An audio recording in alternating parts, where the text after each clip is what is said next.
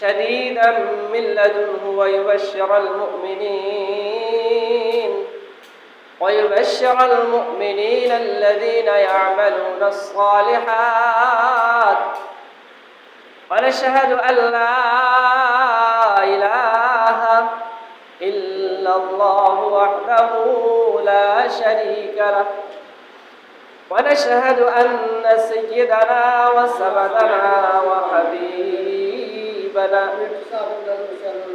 وحبيب طبيبنا وقلوبنا ومرشدنا ومولانا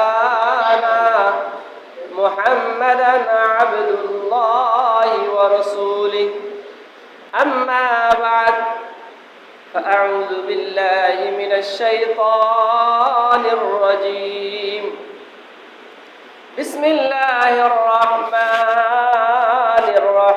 الرحيم قال الله تبارك وتعالى في سورة القصص وابتغ فيما آتاك الله الدار الآخرة وابتغ فيما آتاك الله الدار الآخرة ولا تنس نصيبك من الدنيا وقال تبارك وتعالى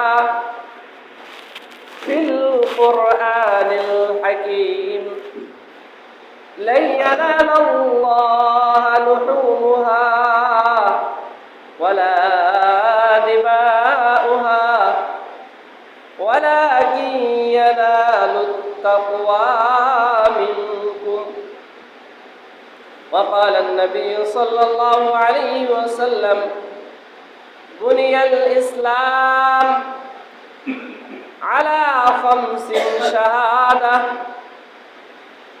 بني الإسلام على 5 شهادة أن لا إله إلا الله وإقام الصلاة وإيتاء الزكاة والحج والصوم رمضان أو كما قال عليه الصلاة والسلام الحمد لله رب كريم الدربارে অসংখ্য শুকর ও সুজুদ যে মহান রব্বুল আলামিন আমাদেরকে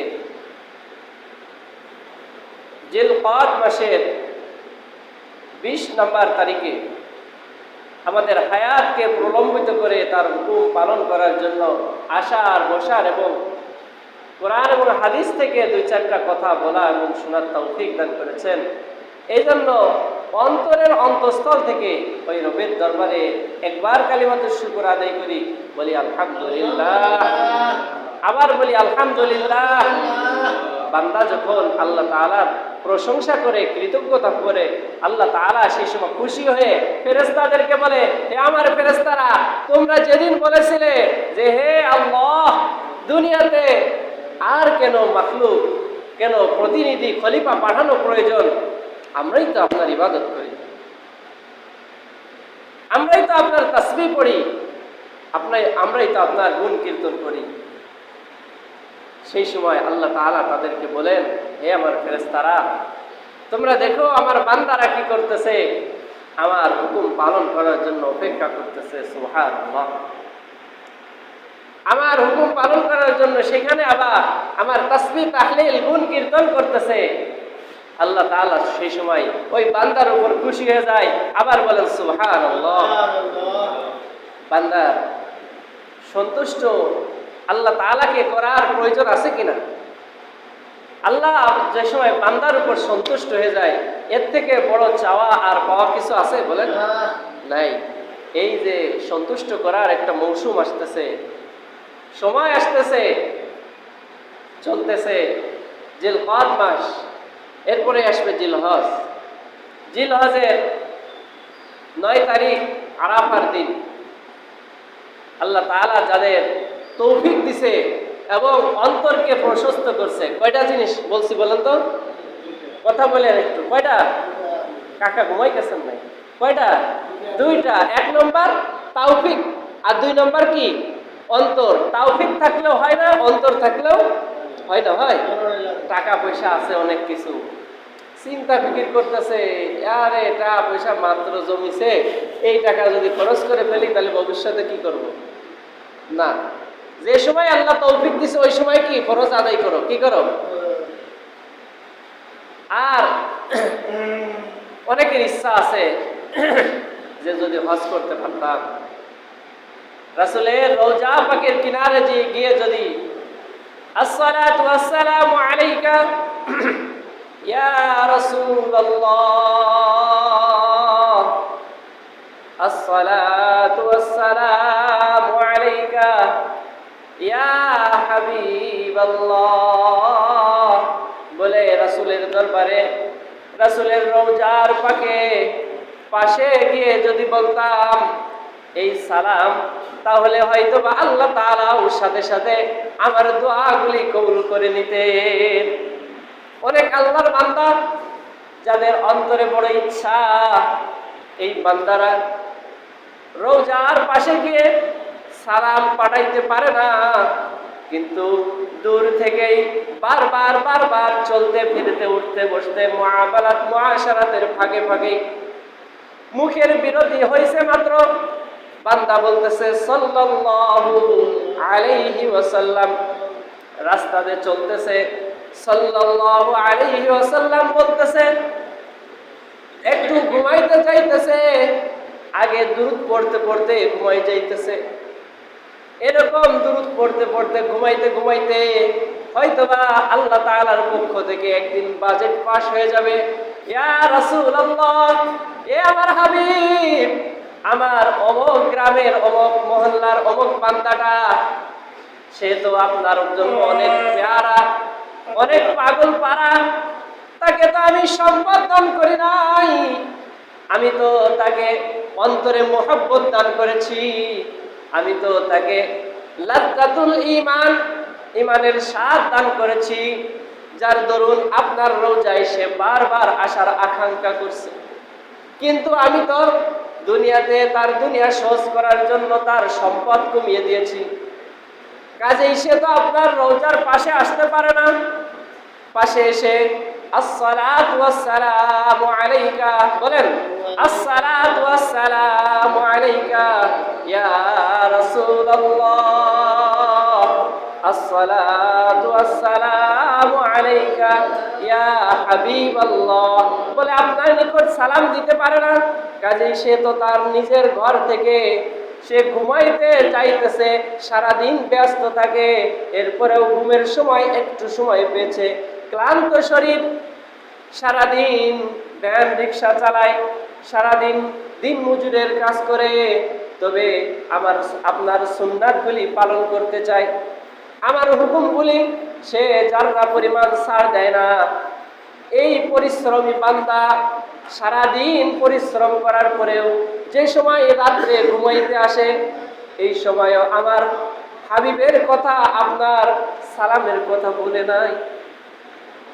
কাজে হে আমার হাবিব, এই মোহব্বতওয়ালা বান্দাকে আপনি আজকে রাত্রে ঘুমের ভিতরে সাক্ষাৎ প্রদান করেন। এরকম হতে পারে কিনা? আল্লাহ তাআলা তো খোঁজেন বান্দার ওসিলা ওয়াল ফাদিলা, ওয়াবআসহু মাকামান মাহমুদান আল্লাযী ওয়া'আদতা।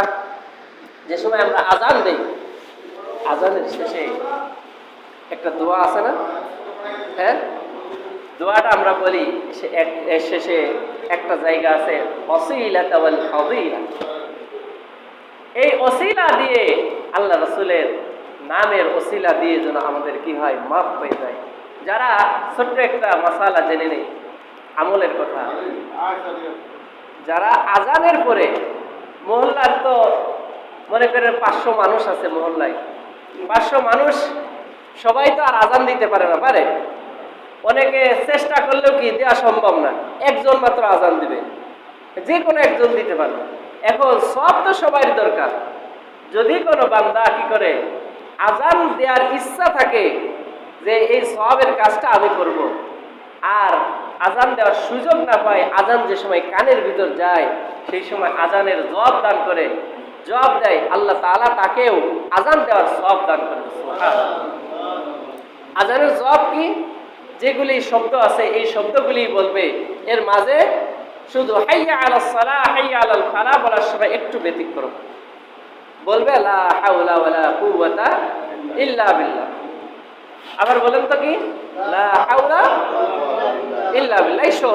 এই সহজ আমলটা যে করবে আল্লাহ তাআলা ওই ব্যক্তিকেও অন্তরে ইচ্ছা থাকার কারণে আজানের সওয়াব দান করবে। আরেকটা মাসালা হলো, আজানের পরে যে দোয়াটা আছে এই দোয়াটা যদি কেউ করে আল্লাহ তাআলার রাসূল কিয়ামতের দিন তাকে শাফায়াত দান করবে। সুবহানাল্লাহ। এই ভিতরে আছে ওয়াসিলাত ওয়াল ফাদিলার কথা, আল্লাহ রাসূলের ওসিলার কথা। এখন অনেকের মহব্বত আছে, রাসূলের রওজার পাশে গিয়ে বলবে, আসসালাতু ওয়াসসালামু আলাইকা ইয়া হাবিবাল্লাহ, আসসালাতু ওয়াসসালামু আলাইকা ইয়া রাসূলুল্লাহ। কুরবানি শেষ করবে, হজ শেষে উযহিয়া করবে, কুরবানি করবে। আল্লাহ সুবহানাহু ওয়া তাআলা ওই বান্দাদেরকে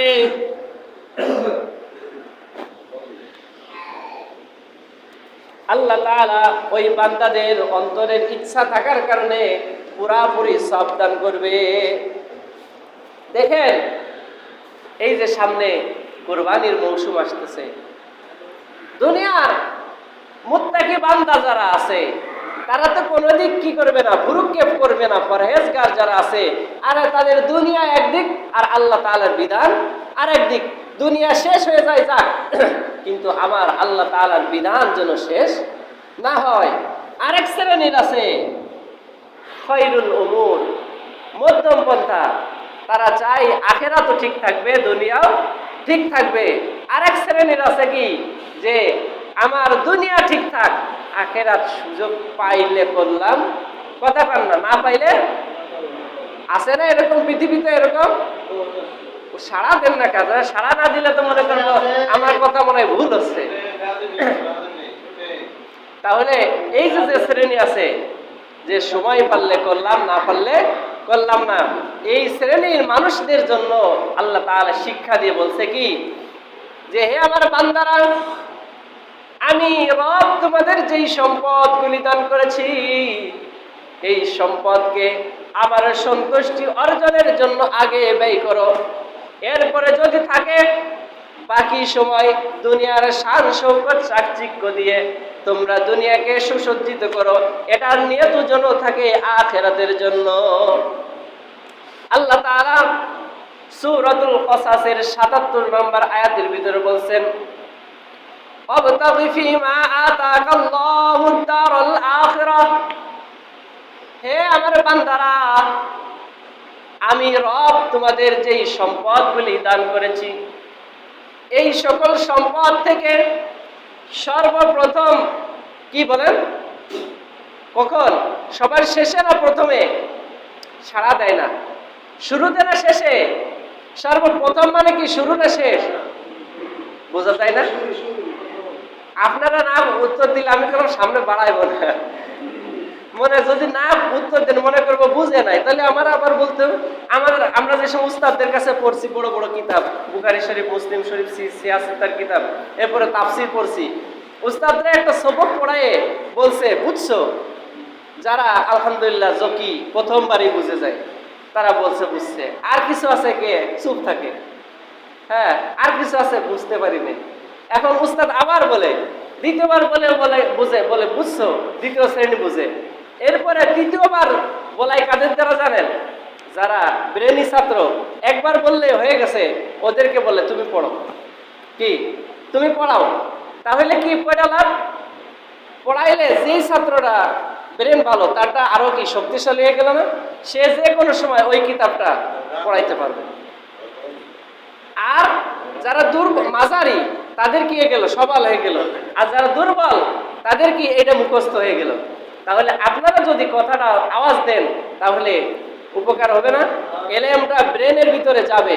যে সময় মানুষ মুখে বলতে বলতে অন্তরে ফিট হয়, আর অন্তর যে সময় ফিট হয় সেটা বাস্তবতা কি গোটাইতে চায়। কাজেই যে কথা বলতেছিলাম যে আল্লাহ সুবহানাহু ওয়া তাআলা যাদেরকে সম্পদ দান করেছে, এই সম্পদের প্রথম হিস্সা, প্রথম অংশ ফার্স্ট ডিভাইডেড হবে কিসের মাধ্যমে? আল্লাহ তাআলার সন্তুষ্টির মাধ্যমে। কিসের মাধ্যমে বলেন তো? আল্লাহ তাআলার বিধান এটা বলে।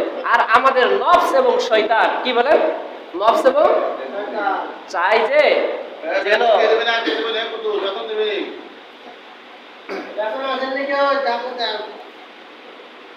আমাদের নফস এবং শয়তান চায় যে আমার দুনিয়া আগে ঠিক থাক, তারপরে তুমি সুযোগ পাইলে আখেরাত করো, না হলে কি না করো। হ্যাঁ, এই যে জমিটা রাখতে চাইছো 5 লক্ষ টাকা দিয়ে, এই জমি যদি তুমি রাখতে পারো, মানে কমপ্লিট করে জমির কাগজপত্র কমপ্লিট করার পরে কিছু টাকা বাঁচে, এই 5-10 হাজার 20 হাজার যদি বাঁচে, এর ভিতর তো কুরবানি দিও। আর যদি না বাঁচে, কুরবানি করার দরকার নাই তোমার। নফস এবং শয়তান বলে, কি বলে বলেন? কথা কর না কেন? নফস এবং শয়তান বলে। আর আল্লাহ তাআলা বলেন ওয়াবতাগি ফীমা আতাকাল্লাহ আদ-দারাল আখিরাহ, হে আমার বান্দারা, তোমাদেরকে যেই সম্পদ দেখতেছো ডাইনে বামে সামনে পিছনে, সন্তান এবং সম্পদ, এই দুইটা জিনিসই মানুষের চাকচিক্যের বস্তু। যত সম্পদ কামাই করে, এই সব সম্পদ ওই সন্তানের জন্য করে। আর সব সন্তানকেই চাই যে দুনিয়ার সম্মান এবং প্রতিপত্তি যেন বৃদ্ধি পায়, সেই জন্য তাদেরকে প্রস্তুত করতে চায়। এই দুনিয়ার সন্তান এবং সম্পদ, এদেরকে আল্লাহ তাআলা আরেক জায়গায় বলছেন যুয়িনা লিন-নাসি হুব্বুশ শাহাওয়াতি মিনান নিসাই ওয়াল বানিনা ওয়াল কানাতির, হে আমার বান্দারা, তোমাদের যেই সন্তান এবং সম্পদ আছে, এইগুলিকে দুনিয়ার সৌন্দর্যের বস্তু বানিয়েছি। তাহলে আল্লাহ তাআলা এক জায়গায় বললেন সন্তান এবং সম্পদ দুনিয়ার কি সৌন্দর্য, কি বলেন? সৌন্দর্য। আরেক জায়গায় শুরুর কথা বললেন ওয়াবতাগি ফীমা আতাকাল্লাহ, বান্দা, এই সন্তান এবং সম্পদ যা দিয়েছি, এইগুলি খরচ করবা কিভাবে? তার মাধ্যম কি বলেন? ব্যবহার করবা কিভাবে? সর্বপ্রথম ব্যবহার হবে আল্লাহ তাআলার সন্তুষ্টির মাধ্যমে, আখিরাত কামাইয়ের মাধ্যমে। তাহলে আমি সারা বছর যে সম্পদটা গুছিয়েছি, টাকা বলেন, ক্ষেত বলেন, ব্যবসা বলেন, স্বর্ণ বলেন, রূপা বলেন, আমার ছেলের প্রবাসের লক্ষ লক্ষ টাকা দ্বারা যে নতুন নতুন ব্যবসা করতেছি, নতুন নতুন জমি রাখতেছি, নতুন নতুন ঘর বাড়ি করতেছি, এই সবগুলির সর্বপ্রথম ইচ্ছা হবে আল্লাহ তাআলার সন্তুষ্টি দিয়ে। কি দিয়ে বলেন? আল্লাহ তাআলার সন্তুষ্টি দিয়ে। যেই সময় বান্দার মেমোরির মাঝে এইগুলি চিন্তা ফিকির ফিট হয়ে যাবে, সেই সময় বান্দাকে আর বলে দেওয়া লাগবে না, হে আল্লাহর বান্দা, কুরবানি তো তোমরা ঘরে আসো 5 ভাই। কয় ভাই? 5 ভাই। বাবার 5টা ছেলে আছে, 5টা ছেলের তো প্রত্যেকের উপরেই কুরবানি ওয়াজিব। তাদেরকে এই মাসালা কখনো বলে দেওয়া লাগবে না যে 5 ভাই 5টা অংশে কি দিবে? কুরবানি দিবে। আর যদি ব্রেনের ভিতর আল্লাহ তাআলার বিধানকে অবতাগি ফীমা আতাকাল্লাহ এটা ফিট না করতে পারে, তাহলে বিভিন্ন সাল চতুরির মাধ্যমে খুঁজবে যে যেই ভাই বর্তমানে বিদেশে আছে, সে যে টাকা তো পাঠাইতেছে প্রত্যেক মাসে মাসে, ওই ভাই 50,000 টাকা পাঠিয়েছে বা 1 লক্ষ টাকা পাঠিয়েছে, বলছে যে যাও একটা কুরবানি দাও। একটা কুরবানি দেওয়ার মাধ্যমে সবার পক্ষ থেকে কুরবানি মনে মনে ধরে নিয়েছে। কিভাবে? অন্তরে। কিসে? এটার নফস এবং শয়তানের চাহিদা। কিসের বলেন? আর কথা কান্নাকে বোঝা যায় না? নফস এবং শয়তানের চাহিদা। শয়তান বলে কিভাবে সালসতরি দিয়ে বাঁচা যায়, আর আল্লাহ তাআলা চায় কি? ওয়াল আখিরাতু খায়রু ওয়া আবকা, হে আমার বান্দা, তোমার সম্পদগুলি আমি স্থায়ী করতে চাই। কি করতে চাই বলো? তোমার সম্পদগুলি আমি পবিত্র করতে চাই।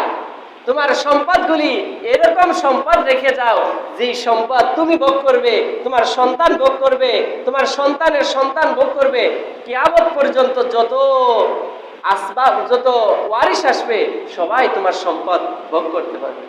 আর শয়তান চায় কি? তোমার চক্ষুকে উজ্জ্বল করুক, চাকচিক্যময় করুক, তুমি শেষ পর্যন্ত এই সম্পদ ভোগ করতে পারবা না।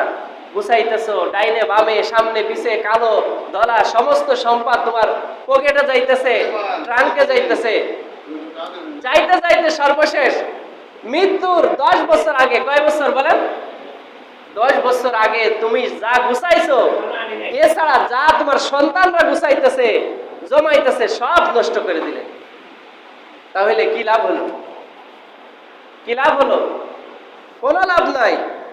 লাভ একমাত্রই আল্লাহ তাআলার হুকুম মানার ভিতরে, হুকুম অনুযায়ী দুনিয়া এবং আখিরাত পালন করার জন্য। কাজেই ছোট্ট একটা মাসালা বলে শেষ করব যে আল্লাহ সুবহানাহু ওয়া তাআলার এক কথা বারবার আমরা মুখস্থ করতেছি যে আল্লাহ বলছে সম্পদের সর্বপ্রথম অংশ আমার সন্তুষ্টির জন্য কি করো? দান করো, খরচ করো। সর্বপ্রথম অংশের ভিতরে আজকে কুরবানির সময় চলে আসতেছে, যাদের নিসাব পরিমাণ সম্পদ আছে তাদের উপর কুরবানি দেওয়া ওয়াজিব। বাবার ঘরে 4টা সন্তান আছে, 4টা সন্তানের কি আছে? আলাদা আলাদা সম্পদ আছে। যদি 4 জনের নিসাব পরিমাণ সম্পদ থাকে তাহলে 4 জনের উপরই কি কুরবানি ওয়াজিব। যদি এরকম করে যে আমরা 4 ভাই মিলে একটা কুরবানি দিব বাবার নামে অথবা মায়ের নামে অথবা দাদার নামে অথবা দাদির নামে, তাহলে দাদা এবং দাদির নামে বাবার নামে হবে, কিন্তু নিজের নামে কি হবে না। হ্যাঁ, পারলে কি করো তোমরা 4 ভাই মিলে একটা কি বড় গরু কুরবানি দাও। একটা গরুর ভিতর কয়টা ভাগ থাকে? কয়টা? 5 আর 7 ভাগ, সর্বোচ্চ কি 7 ভাগ থাকে। তাইলে 5 ভাই মিলে কি একটা গরু ক্রয় করো, ক্রয় করার পরে ভাগ থাকবে কি 7টা না?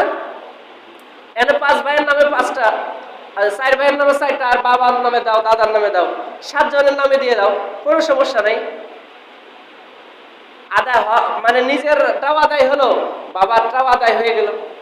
আর যদি এরকম সলসাতুরি করে তাহলে কারোরটাই আদায় হবে না। সারা বছর বিদেশ থেকে কষ্ট করে অর্থ উপার্জন করতেছে, কিন্তু নিজের সম্পদটা অল্প কিছুর কারণে বছরে 20 লক্ষ টাকা কামাই করতেছে, সেই জায়গা যদি সে 50,000 টাকা খরচ করে একটা কুরবানি দেয় বা 20,000 টাকা খরচ করে একটা কুরবানি দেয়, তাহলে তার সব সম্পদ এই কুরবানির দিনের জন্য পবিত্র হলো। কিন্তু একটু সলসাতুরি করার জন্য সারা বছরের 20 লক্ষ টাকায় কি হয়ে গেল? হারাম হয়ে গেল। সবাই বলে নাউজুবিল্লাহ। এই সকল শয়তানের চক্রান্ত থেকে হেফাজত করুন। হ্যাঁ, যদি কোনো ব্যক্তি 3-4 জন মিলে সম্পদ কুরবানি দিতে পারবে, কারা? মনে করেন যে 4 ভাই আছে, 4 ভাই কারোর উপর কিনা কুরবানি ওয়াজিব না, তারা 4 ভাই মিলে চাইলো যে কি আমরা বাবার নামে একটা নফল কুরবানি দিব। কি বলেন তো? কি কুরবানি? ফরজ কুরবানি না, তাদের উপর তো ফরজ হয়নি, বাবার উপরও না, নফল কুরবানি দিব।